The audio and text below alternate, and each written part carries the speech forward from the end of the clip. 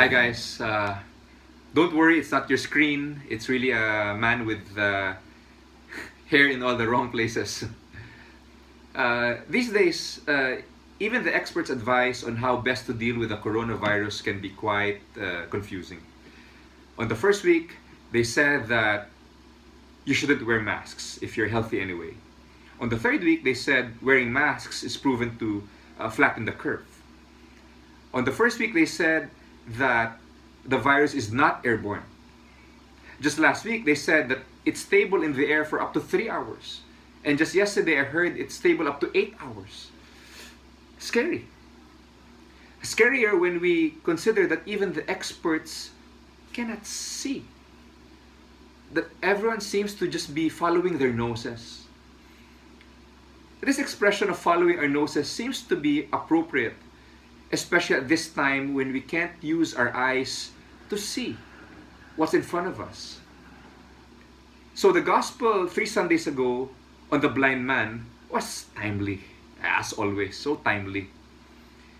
And as all the reflections will tell us, all of us are blind, no exception.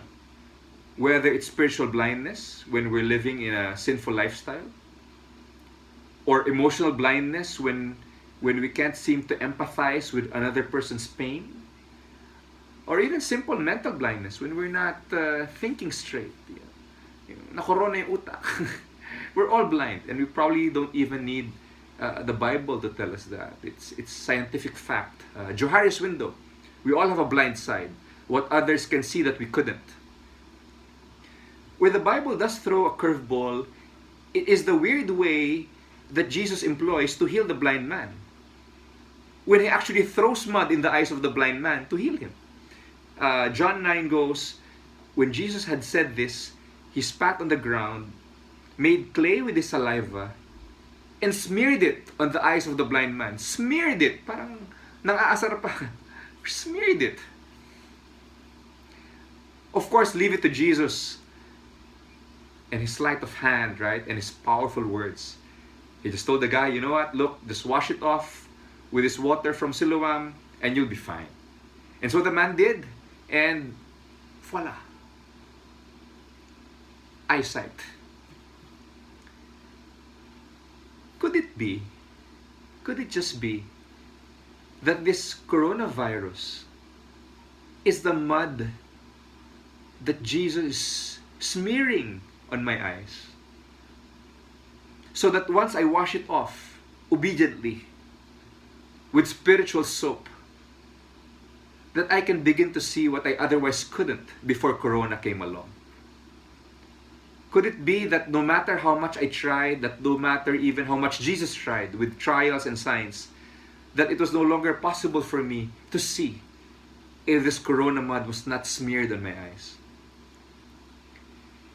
The new eyesight that has been re-given to me is allowing me to see and learn detachment. And maybe more than detachment from the usual things like money, acclaim, vice, I am seeing that I'm being asked to detach from something a bit more difficult to let go of. My point of view. My point of view. I'm realizing that my point of view is probably one of the most important things to me. And why not? It's something that has been nurtured and built and developed by my history, by my parents, by my upbringing, by my education, by my experiences, by my teachers even, by the church even, by my successes, my failures. And I'm not talking about stubbornness, because my point of view certainly is open to others' perspectives. It's certainly open to diversity. But at the end of the day, my point of view is so dear to me because it has been affirmed to work to some good degree. It has helped me build a family. It has helped me become productive. And it has helped me become not too bad. But this Corona mud that I'm starting to wipe off from my eyes is telling me that maybe my point of view is not necessarily bad, but it's certainly limited. As I sit here worrying about the next 3 months, especially on the business side, my point of view certainly does not allow me to feel the fear of a family man out there worried about dinner tonight. My point of view certainly does not allow me to see what my doctor friends are feeling as they come to work every day in a compromised environment, not knowing if today is the day that they will catch the virus.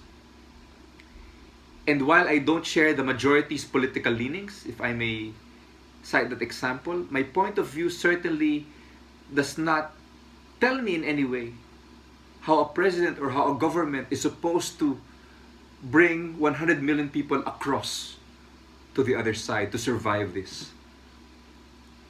This coronavirus mud is making me see that my point of view is limited, especially in this time of crisis.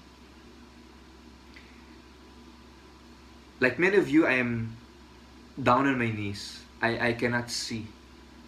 I don't even know. And that's a problem. That's a problem. Especially if you're like me, who's used to having a point of view. And it's really just a time for me to pray, please Lord, please allow me to see. I don't know what to do anymore.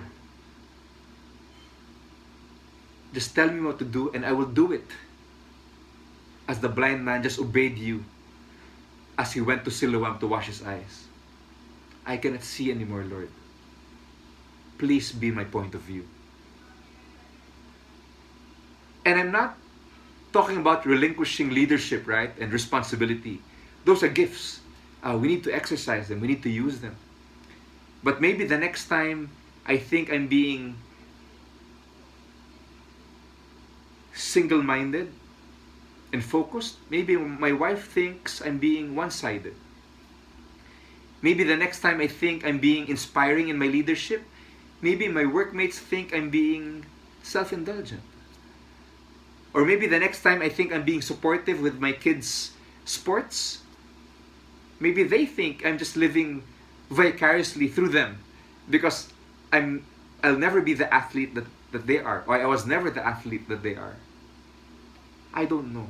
I just know that my point of view has been proven to be limited. When all this is done, all I can hope for, prayerfully and humbly, is for the Lord to remind me, remember once upon a time during Corona, that you were point of viewless and that you asked me this. Please, Lord, please allow me to see. I cannot see anymore. Just tell me what to do and I will do it. Please make your point of view my point of view.